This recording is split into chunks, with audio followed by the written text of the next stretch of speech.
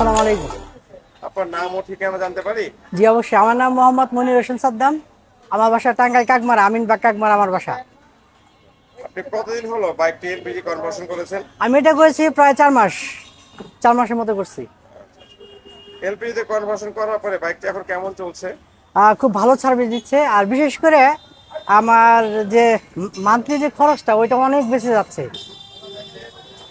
আচ্ছা, অনেকেই বলে গাড়ির টান ঠিক মতো ওঠে না, শক্তি কম পায় এলপিজিতে বাইক চালানোর সময়, এরকম কিছু কি আপনার মনে হয়েছে? না, এরকম কিছু মনে, আসলে এটা হচ্ছে আপনাকে টেকনিশিয়ানের উপর ডিপেন্ড করে।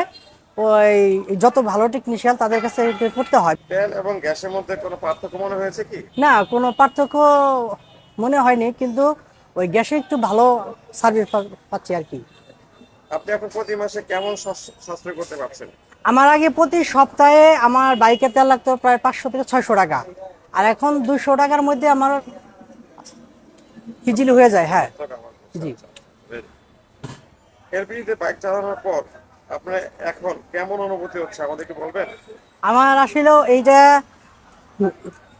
যদি আরো 2 বছর আগে আসতো, আমি সেই জিনিসটা 2 বছর আগে আমি করতাম, কেন এই এলপিজিটা আগে আসলো না। এলপিজিতে বাইক কনভার্সন করার পর যে কোনো সার্ভিসের ক্ষেত্রে মেসার জার্নাল হতে কেমন সাপোর্ট পাচ্ছেন? ওরকম কোনো